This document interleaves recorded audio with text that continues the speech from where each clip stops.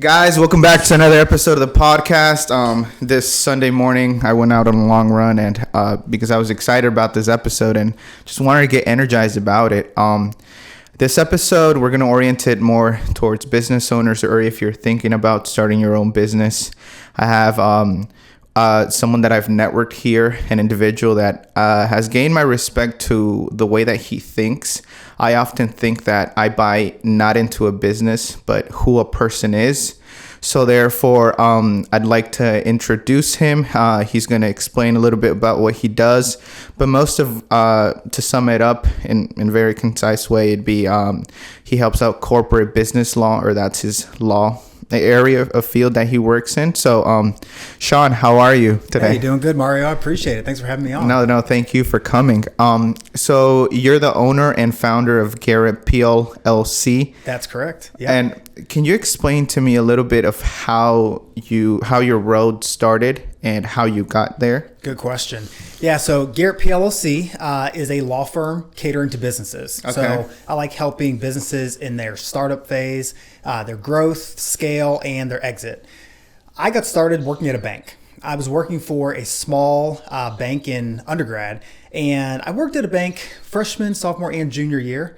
And in sophomore year, I remember trying to figure out what I was going to do with my life. I'd considered going on to get my MBA. I considered staying at the bank and not going on to school, to further school. And I remember one day the attorneys for the bank walked in. And back in 2010, 2011, people were still wearing suits every day and ties. And they came in as a group. And truthfully, from aesthetic purposes, I said, those guys look awesome. I want to be them. Who are they? And so I asked my manager, who are those guys? And they said, those are the external counsel. They are the outside attorneys for the bank. How many were there? There were probably 3 or 4. Wow. But when you see 4 guys walk in all in suits and they demanded the respect from everyone around them, including the owner and CEO of the bank, I said, wow, I want to know what they do. So, a little selfishly and a little arrogantly, I started doing research on attorneys and what they were, because I didn't grow up with attorneys in my life. Growing up. Why'd you think like that though? What kind of... Yeah. Good question. That's just how I was trained. And I'm going to back up. That's not how I was trained. That's how I was born. When I see something that interests me, I just research and dive into it. And so, I like cars. So growing up, I would see a car that I liked and I'd ask my Dad, what's that? And he would tell me. And I'd spend all my time at home on the computer or buying magazines, trying to research more about cars. Wow. And so I took that same approach to my career. I saw something I was attracted to visually, and then I learned more about it. And then intellectually, I was even more interested. When I found out how many different areas of law there were, I could be a civil attorney, I could be a litigator, I could be a criminal attorney, or I could be a business law attorney. I just saw so many different avenues that I could pursue. And so research on attorneys, determined that's what I wanted to do, and then started studying for the LSAT and went down that road. What is that? What is the LSAT? Or what I would want to kind of you guide me through is the journey of how you go through law school, how many years, and how that works. For sure. So then once I started by having that idea, I kept with my undergraduate schooling, because of course you got to go 4 years undergrad and have a GPA that gets you into law school. There's a test called the LSAT, which is the Law School Achievement Test. And so I probably worked harder my junior year than I ever had my entire life, because I was working full time, I was going to school full time, and I was studying for this test that I had no clue what it was. I bought a book from Barnes & Noble. Those were still around back in the day. And I read through it, and it taught me what the test was, methods to do well on the test. And so I started doing practice tests. And it was a grind. It was a very difficult year. But I ended up taking the Law School Achievement Test and getting into a law school. From there, law school's 3 years. And the first year basically starts out with the teachers weeding out the students. I thought it was kind of a joke. I thought it was intimidating. I didn't really know what to think about it. Yeah. But I saw law school classmates dropping out. They were legitimately saying that they couldn't do it. People that I was intimidated by first day. People who, they said they grew up with attorneys in their lives and they were going to ace all their tests and graduate top of their class. The next thing I knew, they weren't returning semester after semester. So the first year, just a grind. The teachers are weeding people out. And they do that by calling on you in the middle of class. You never know when they're going to call on you. And they're going to ask you to stand up and give your thoughts on a case. Now, if you didn't read it, that's on you and you're going to look dumb. If you read it and didn't understand it, again, that's on you. You're going to look dumb. But the third option is you did understand it, and then the professor's going to push you even further to the extent that they're going to challenge your thinking, and you may or may not look dumb. So there's a ton of different opportunities for you not to succeed with this method they call the Socratic method. So I know that was a long-winded explanation of that first year, but you go through 3 years, you do internships, you get different experiences, and then once you graduate, you try to find a job. And from there, you figure out what you want to do. And it's interesting then they started to weed out people, and so therefore it just me considering that even if they're like you've seen people or leaders in your life to where they've been lawyers, you have to have or carry certain characteristics about yourself to get yourself through law school. Definitely.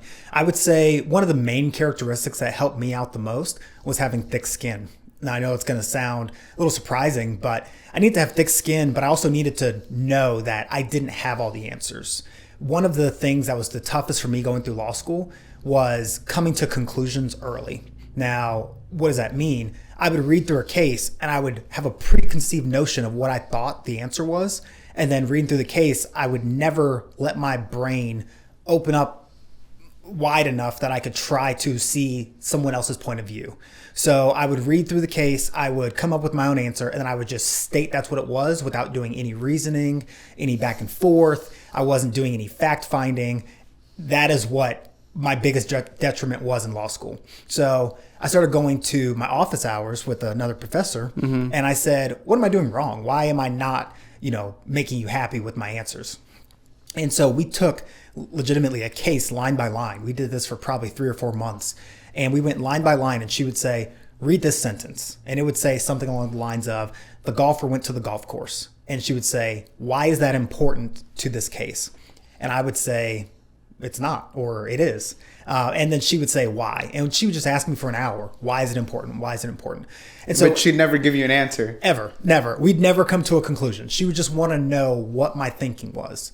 And so at the end of the time with her, I finally looked back and said, I wasn't doing what I needed to. I wasn't practicing law. I wasn't using that reasoning and intellect that I needed to have to be a good attorney.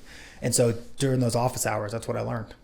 And do you think that really changed, as it started to rewire the way that you started looking at cases and how you carry yourself right now in your firm? 100%. It carried me personally and professionally. Personally, I've always been a person who likes debating and chatting with people and, trying to figure out their point of view and interjecting mine. But now in life, I feel like I'm a lot more laid back when it comes to not only my mindset, but other people's, because I'm aware of the fact that, one, I don't know everything. And two, I don't think anyone knows everything, but I'm willing to learn from other people. And so once I took that mindset to my cases, I now can look at something and try to think about it from both points of view. I'm not saying I accomplished that, but I try to. And I'll even reach out to other people and say, this is what I'm dealing with. Can you give me some feedback? And growing my network with other attorneys as an attorney has been huge in that, because then I can reach out to other attorneys and say, have you ever dealt with this before? And if you haven't, what's your first blush on this? This is how I feel, but give me your thoughts. And how is that environment? Whenever like a lawyer starts reaching out to another lawyer, do you guys try to help out each other? Because in the law field, it's consistently learning, right? 100%. Yes. So that's difficult. When it comes to the personalities of attorneys, we can be a little contentious with one another. But I also think that we also support one another in our field. And we're very supportive of other attorneys, especially newer attorneys. So to that extent, I do have a pretty strong network of attorneys that I can reach out to and consult with. Of course, there's some competition there, but at the end of the day, I think much older attorneys, this is kind of what I've learned from them, there's another case down the road. There's another client down the road. There's no sense in burning a bridge or having a detrimental relationship over one matter. Now, of course, there are times, I was actually thinking about an attorney earlier today where I didn't end on the right foot with him. And so I thought maybe I should take him to lunch, or maybe we should kind of bury the hatchet. But when we get into relationships with our clients, we defend them. We're advocates for them. And so we defend them to the best of our abilities. And so a lot of times passion comes out. And when you've got two passionate people butting heads, sometimes it doesn't end well. And what other characteristics do you think have make up your business then, like to where like, okay, you see a case and now I feel, because I've networked with you before, and I feel like you make my problem into your problem. Yeah, that's a good point. Like I said, passion's big. I think that a lot of that comes out where your problems become my problems. I think that goes back to me thinking about the matter as a whole. And so I interject myself into it. And that's one thing that I do to try to come up with, reasonable answers. If I was in this situation, what would I do? Or how would I feel with this answer, or this response? So I think that caring and passion is important. You and I have talked about compassion a little bit. I think that compassion is important, but also creativity. Being creative is extremely important as a business owner and as well as an attorney. When it comes to being a business owner, we're out there trying to find business and we're trying to, grow our business. If we're just doing the same thing that everyone's done over and over, there's nothing there. And so if you're interjecting some of that care and compassion, I think that that's being a little creative, because sometimes people are just out for the dollar. They're out for the next deal. But if you're showing your clients that you do care, that's something that maybe they haven't seen before, and it'll keep people coming back. And has it been effective for 100%. you? Yeah. I just Thursday, I have a lot of relevant experience in terms of, recent examples. So you're going to hear me saying, last week or the week before. But even on Thursday, sometimes what I'll do is I'll wake up in the morning and I'll scroll through my texts or scroll through my emails and just reach out to recent clients. And I'll either check in to see how they're doing, or I'll just touch base with them. And I just reached out to a client on Thursday, and she asked me if my ears were burning because her and her husband were talking about me as I texted them. And so we scheduled another meeting for Wednesday. So it's pretty crazy how that works, Yeah. When you take that time to care, I was just checking in to see, hey, how are things going? And do you have any other questions? And she said, I was just talking about you. Let's meet. So. Wow. Okay. Yeah. And what, so explain to me a little bit of what you do with GARRETT PLLC. Did GARRETT PLLC, was it always there? How did it start? How did you want to start your own firm? Yeah, good question. So let's go back to me graduating law school, and I'll take you from my jobs into today. Okay. So when I graduated law school, me being an entrepreneur at heart and just a connector, a networker, I had put in a couple of resumes for jobs that were advertised through my career center. And I went on a few different interviews, and I was competing with my classmates. I did probably 3 or 4 of those and said to myself, no more, I'm not interested in that. So what I ended up doing was I bought a suit, because I had a suit, but I needed a nicer suit. So I went and got another suit, and I printed off my resumes, and I went door to door in my community to businesses, and I just started connecting with different business owners. And I'll never forget it. I walked into a bank, and I ended up meeting with, it was either the CEO or one of the presidents in the area that I lived in. And he was just blown away. He's like, you're not an attorney, you're a law student. I said, yes. He said, and you're just out here meeting business owners. I said, yeah. He said, why business owners? I said, I'm drawn to business law. It's something that I'm interested in. I want to learn more about it. So I didn't end up getting a job from him, but he encouraged me and, gave me some names of people to look into. And I ended up walking into a title company. Now, I graduated from school in Illinois. There are title companies in North Carolina, but they operate differently than in Illinois. Title company is what, like homes, real estate, right? Yes. So the way that it works in Illinois, it's generally, it's kind of difficult to explain.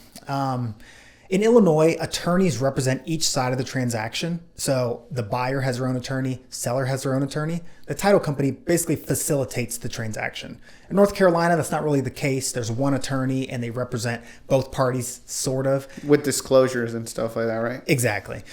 So to make a long story short, I ended up working for a title company, but not because I cared about title or real estate.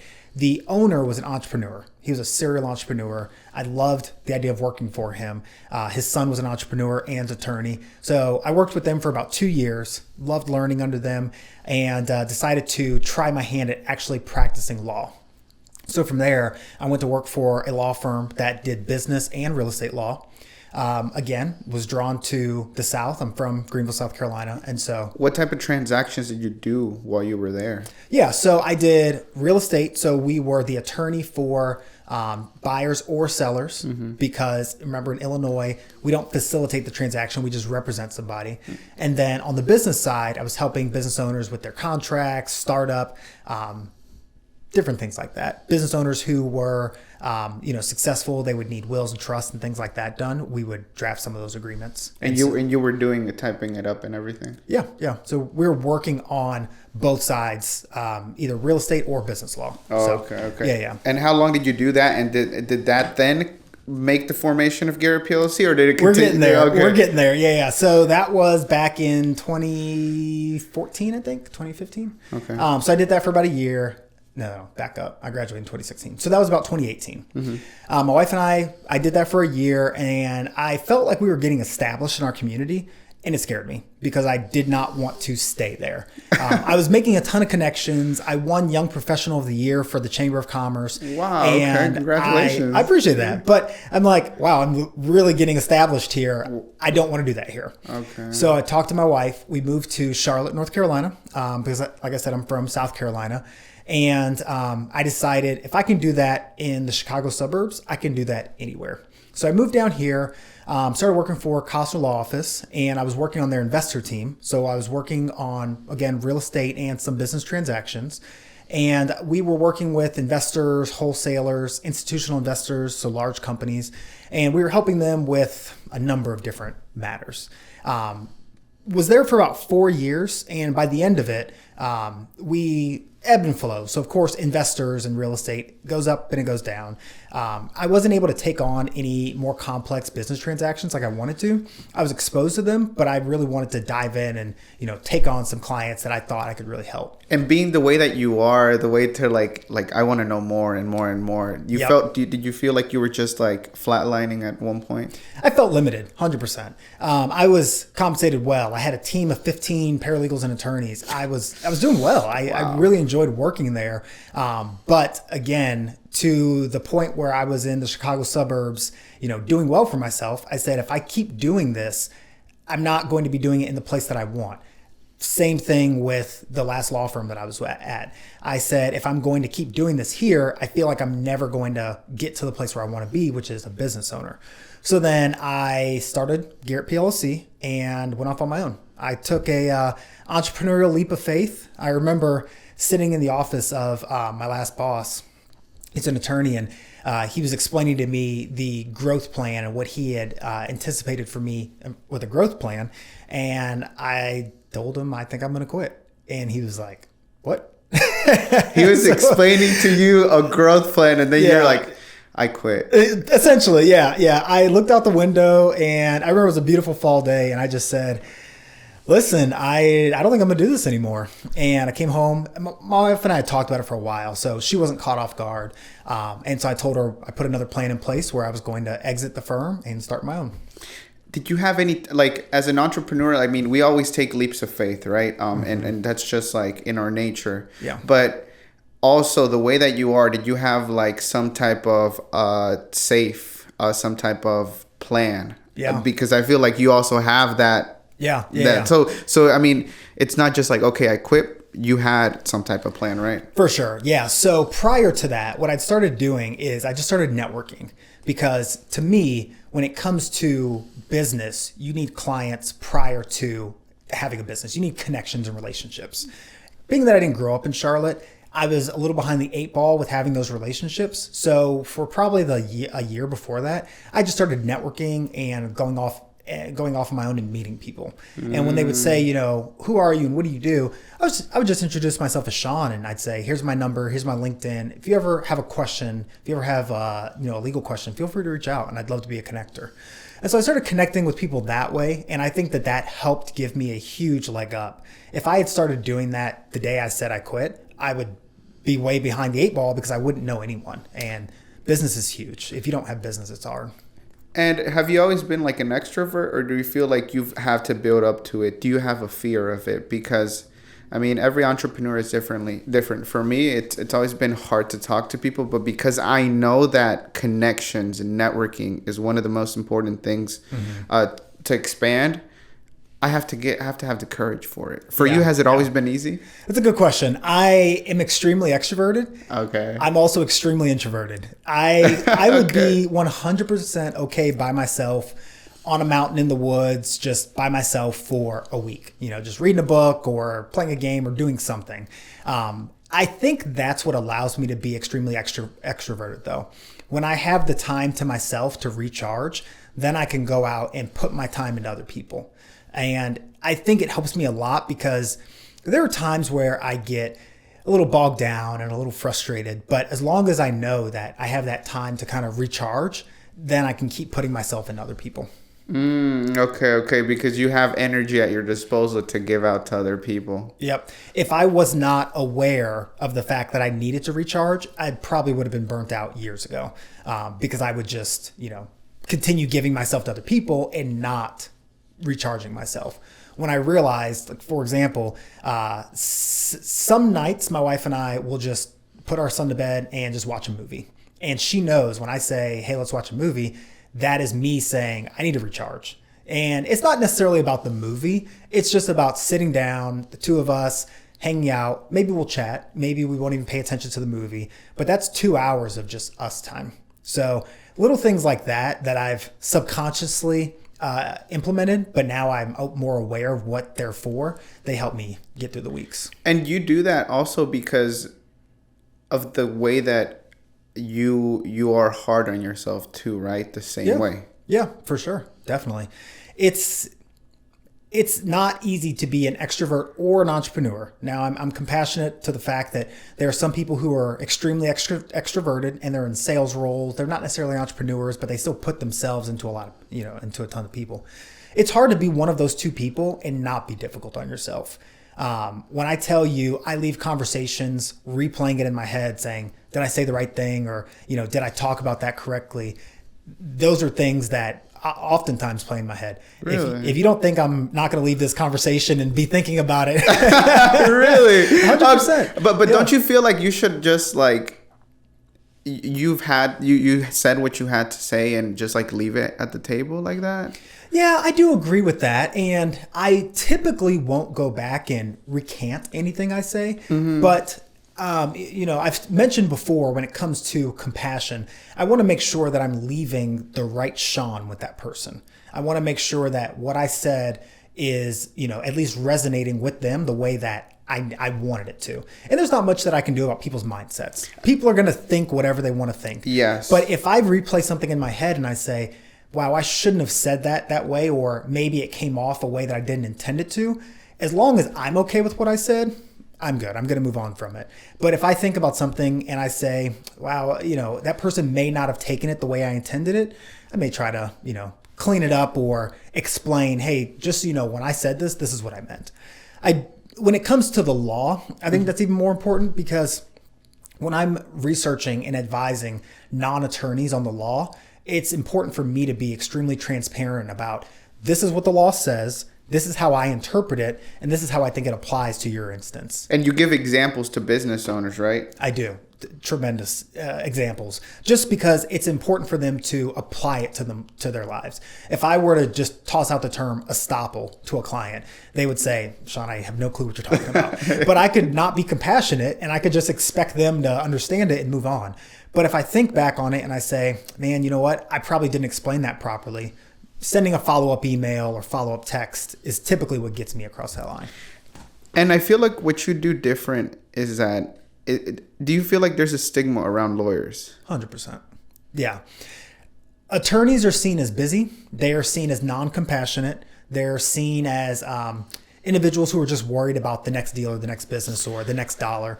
And what I'm trying to do is I want people to know that I care, which is why in the off times, before 8, after 6, those are the times where I'll typically send a text or a follow-up email.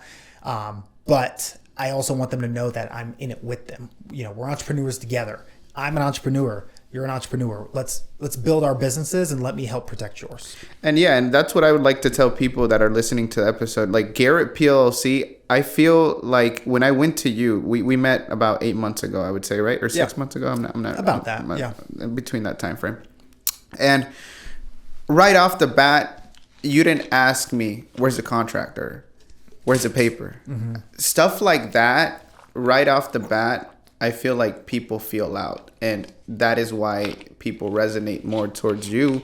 I was even fortunate to even find a guy like you because, I mean, I can tell you that I've had countless business lawyers that are like consultants, right? Yeah. And it always plays out the same to the point where, hey, like I'm having this issue, and then they'll ask, well, send me the paperwork and I'll look at it. Yeah. And then I'm never guided through it. Mm-hmm. And so therefore that also stops me as a business owner from growing. Mm-hmm. And then in return, I can't continue to seek counsel because I can't afford it. And also, whenever I went to you, I felt like I was learning. I was like, well, that specific law stops me not only from doing solving this issue, but hey, like I can't do this, I can't do this, I can do this. It expands my mind. It helps me. Yeah, I appreciate that. I've gotten similar feedback from a client, and this is important to get across the table because a lot of attorneys will specialize in a very specific area of law. For example, a few of my clients own franchises, but the one in particular, she had an attorney review her franchise disclosure agreement. They call it an FDD. And he reviewed it and told her everything was good. You're good to go. She didn't get details on what that document said. Now, when she came to me, she said, hey, Shawn, I have a question. And my first question to her was, can I see your FDD? She said she had it reviewed already. I said, I'd love to take a look at it. It's going to cost a little bit of money, but at least I'm going to know whenever we run up against a wall what your franchise document says. So I got it and I sent her notes on it. She called me within, I'd say the next day. And she said, Shawn, where'd you get all that? And I said, it was in your document. She said, the last attorney that I hired to do that, I paid him more. He didn't tell me any of the contents of the document. He just told me that it was okay. It was standard. It was custom. And I took that situation and I thought to myself, we as attorneys get so bogged down in what's custom and what's normal and what's market for a matter. And I think that's important to advise our clients what's custom and what's not.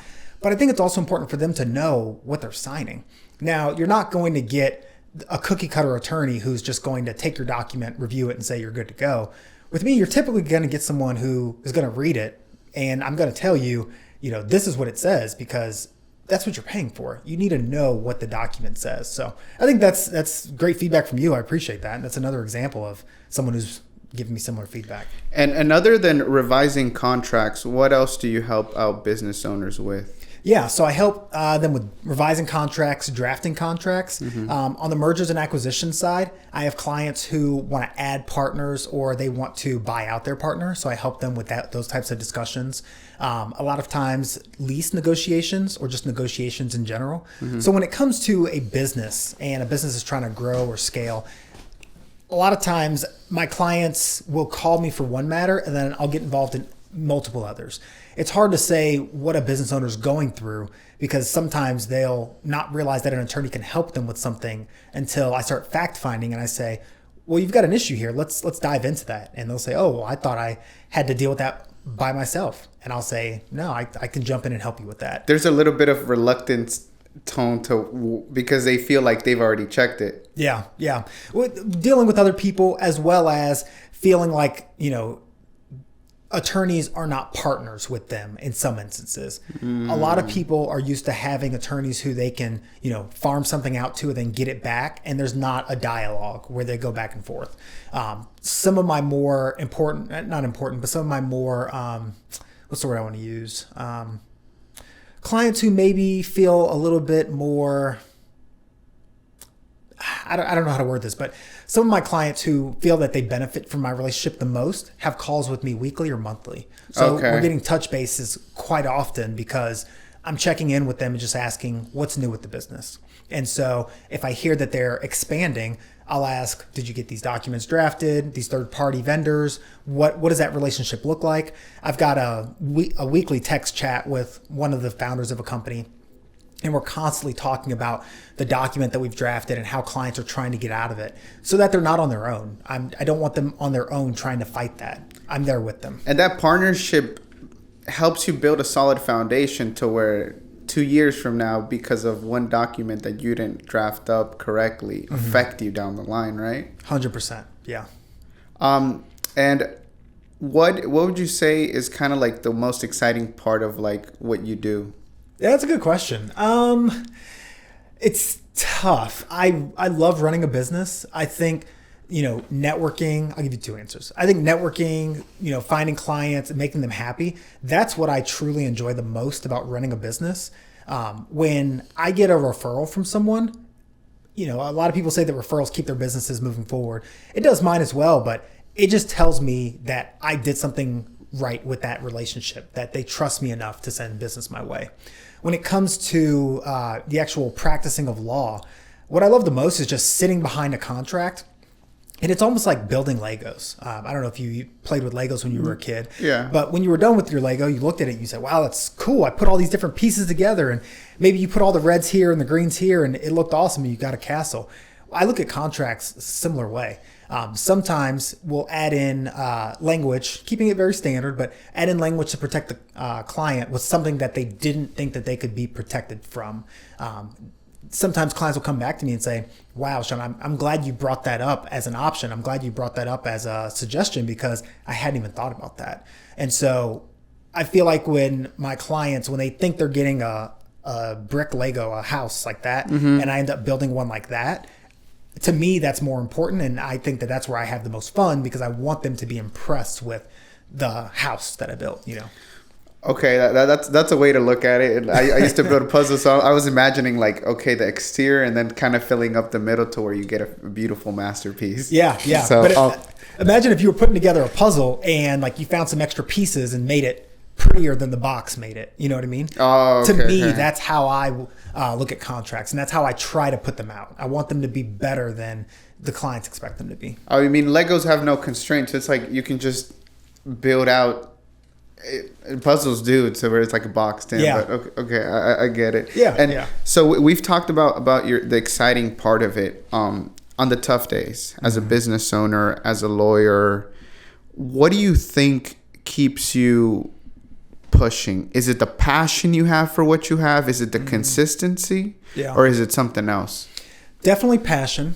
Yeah. You need to love what you're doing, because if you don't love what you're doing, you're not going to do it. I'll give you two examples, of course, one from the business owner side and one from the law side.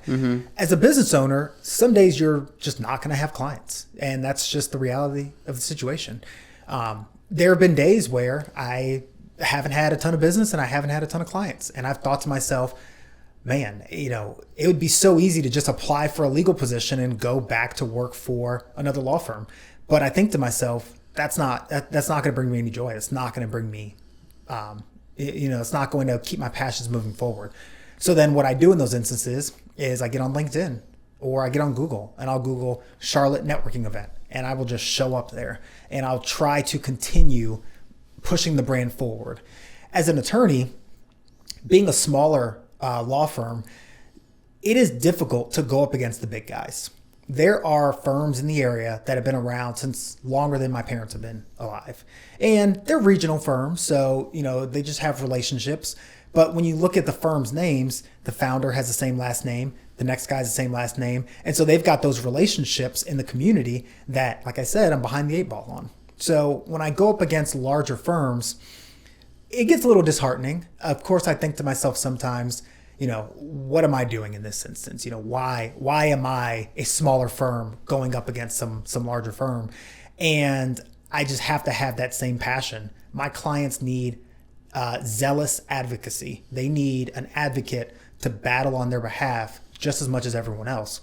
And I think back to the feedback I get from my attorneys, or not my attorneys, sorry, my clients, where they say that their attorneys read the contract and said, here you go, it's fine. I think about that and I say, my advantage is going to be, I'm going to advise my client forward and backward on the matter. We'll have that relationship, and that relationship is going to be stronger than whatever they're doing behind closed doors. That's what I tell myself, and that's what gives me the the will to fight forward. Have you ever heard that theory that whenever you impact one life, you're not impacting that one life, you're impacting a whole network of things? And I feel like that's what brings in more connections, because it's like, if you consider it, it's like, or just becoming aware that you're not impacting one person, but you impacted that family, or you impacted that business. So you impacted every single one of those employees. You impacted every single one of those family members. A mentor of mine told me, he's like, once you become aware of that, you even start attracting more. So that's big. So it's pretty cool whenever you start considering how much a dialogue, how much being personal actually does help, to where the big guys don't ever recognize that. So I mean, it's pretty interesting to see like what that's disheartening, but as well as see the good side to it. Like, you know, I can make a difference. So it's like, and that's what motivates, I feel like, entrepreneurs. Like, I can make a difference. I can be different than 100%. The bigger guys. Yeah. It gets intimidating, but you know, what I want to bring up is acknowledging the fact that it's intimidating, but not being afraid by it. Punching through that wall, figuring out what your differentiator is, figuring out what makes you different, and then proceeding with that. And what type of industries do you help in? Because it's like creative and so. Yeah, at this point, I have a ton of different clients. I've got multiple fitness clients, so they own training companies, things like that. I help out social media companies. I help out startup founders, so tech-based companies. I help out health-based companies, health tech companies as they're known. I've got quite a few different clients at the moment.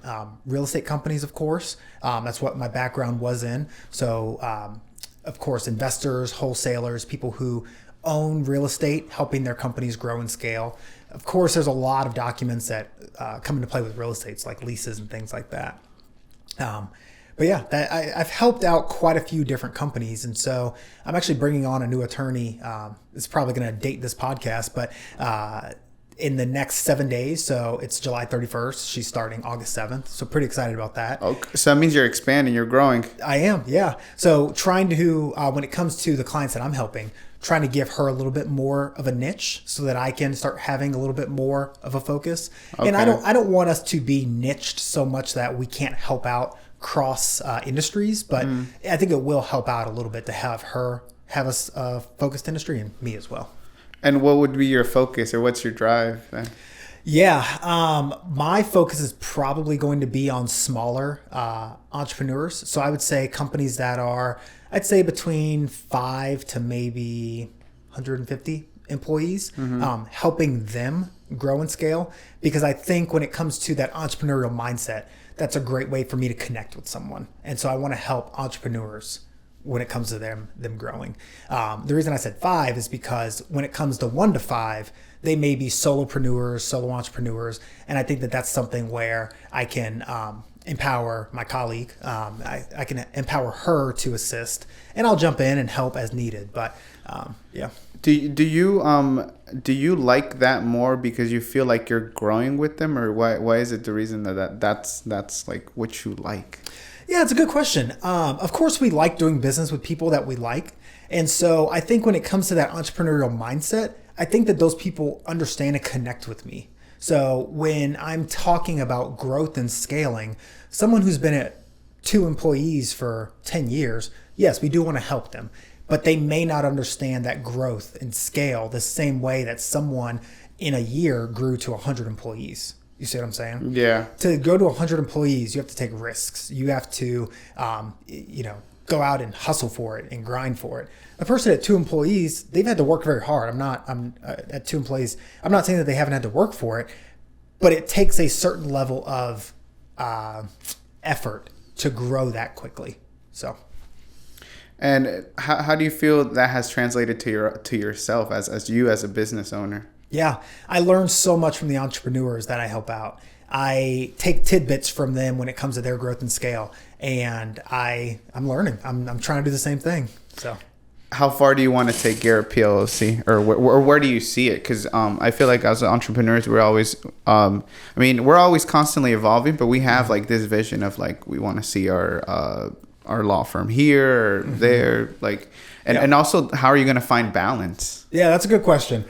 As soon as you said, where do I see Garrett PLC going? The first thing I thought was balance, because I want Garrett PLC to be focused in North and South Carolina. Now, I'm licensed to practice law in North, South Carolina, Illinois, and Missouri. And of course, Illinois, Chicago, Missouri, it's got St. Louis and Kansas City. So there's huge markets there. But when I think about my growth plan, I want it to be focused on the Carolinas. One, because I think that down here in the southern states, work-life balance is understood and appreciated quite a bit. And so I want to make sure that that stays pretty tantamount to the practice of law at Garrett PLC. And secondly, when it comes to the practice of law as a whole, attorneys are known for being burnt out, and they're known for working late hours, early mornings. And it's not that I don't do that. It's that I want to make sure that the attorneys that I bring on have the work-life balance that they want. So if they're expecting to work for a firm where they're going to bill 60 to 70 hours a week, I don't want them to anticipate that at Garrett PLC. I want them to come on board. In terms of my growth plans, I'd love to be in 4 different markets, a couple in South Carolina and then 2 in North Carolina. I want to bring on probably 10 to 15 attorneys and, of course, a support staff to support them. But I want them to have a work-life balance. I want them to enjoy their work, and I don't want them getting burnt out, because then they're not going to enjoy working for me. We talked that the passion for what you have is what drives you, and networking and meeting people. But for Shawn, what is the most important thing other than just his career? Yeah, wow, that's a good question. My family is big. I'm very, very close with my parents, my brother and sister, of course, my wife and son. I love spending time with family.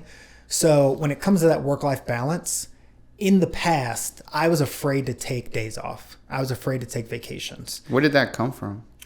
Well, culture, maybe. And not just one firm. I would say as a whole, attorneys get a little intimidated to take days off, which is why I want to have a culture of balance at my firm.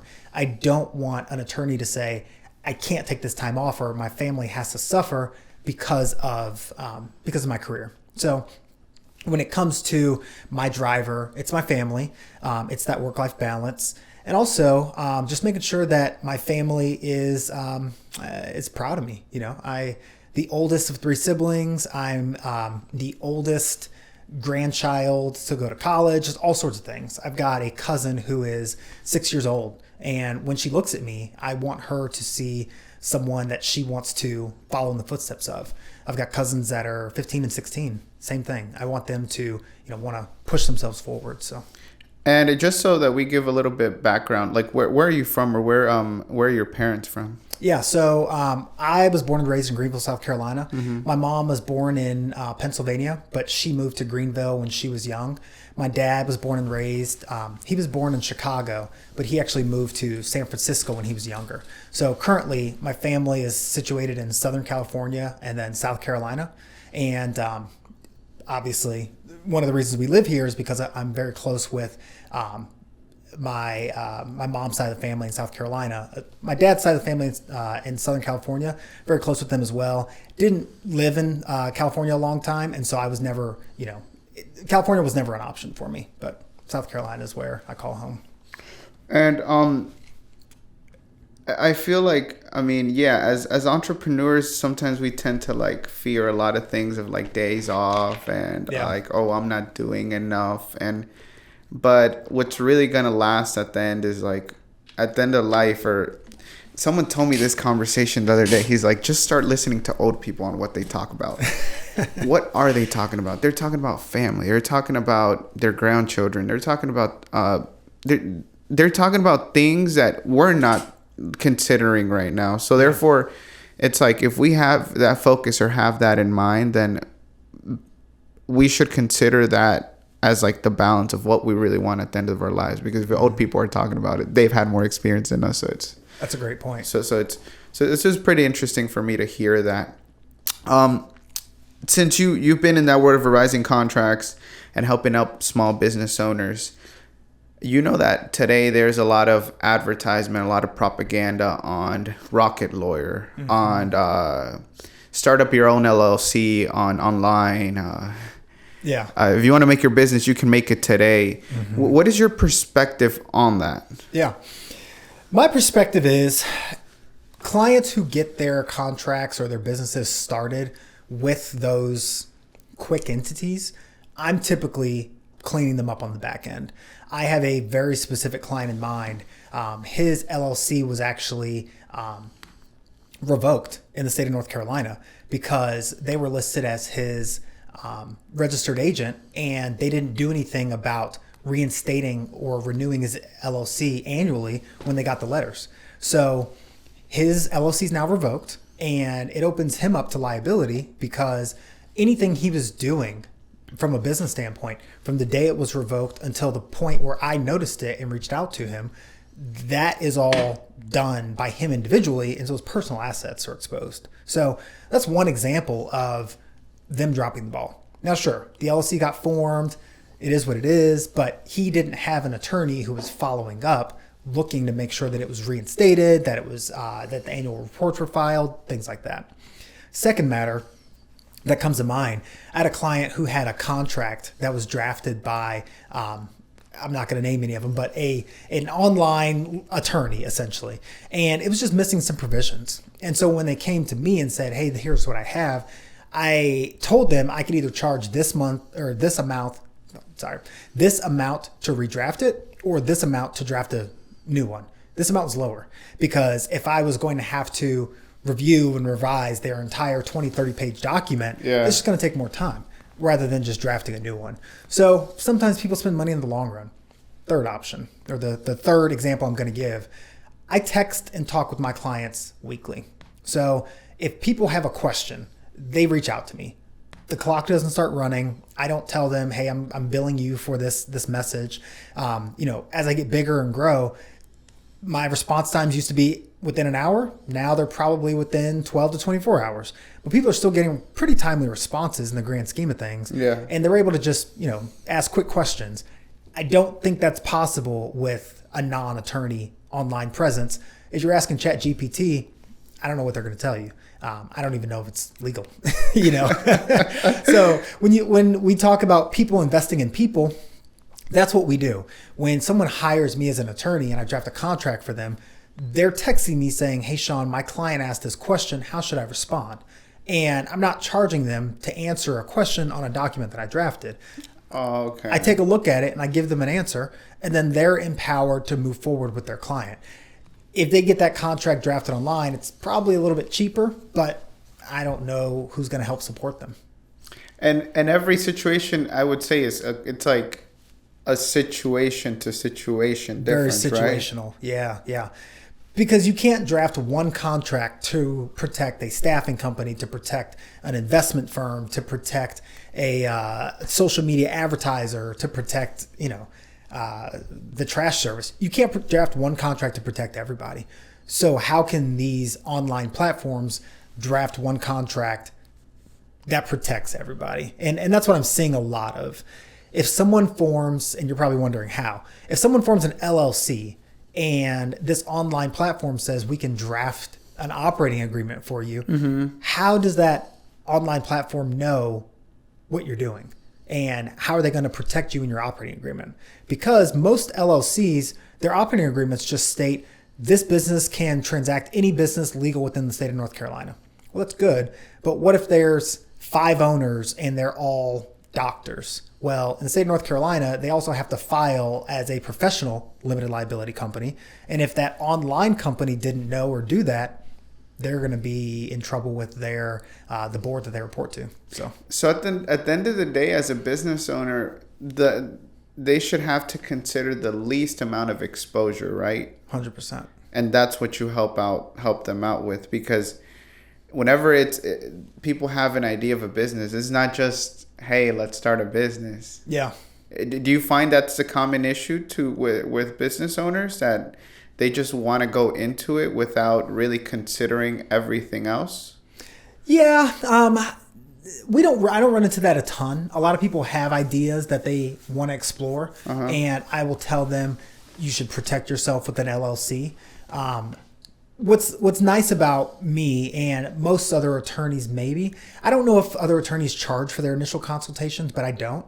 But what's cool about my initial consultation is it's kind of just a 30-minute, entrepreneur to entrepreneur session where we just talk about what I do in business, what you want to do in business, and then from there, I'll go into the legal ramifications of how you should proceed.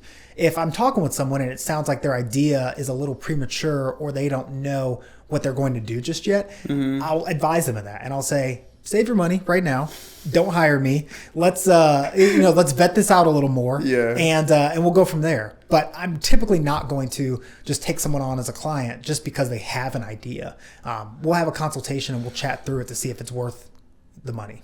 No, and that's good because I feel like if someone could tell me like, hey, you consider this law, or like, because there are costs associated whenever you start making a business that aren't going to be what you're going to be spending on what you're doing, but hey, like law, like just what you owe to the state, 100%. what you owe to the government, like the annual filing fees, you got to pay to keep that up year after year. And see, people aren't aware of that, so then that's why there's like a lot of pitfalls whenever they start seeing the bills come in down the road to where like, hey, I didn't know that was there. And then you said companies can get what did you say that an LLC can get what did you say? It was revoked, yeah. Yep. How does that happen? Yeah, so the state will send you letters in the mail asking you to keep your or to file your annual report in the state of North Carolina, at least. And if you do not file the annual report, they'll revoke your LLC. And then you have to pay a fee to reinstate that LLC. So I've reinstated 2 at this point.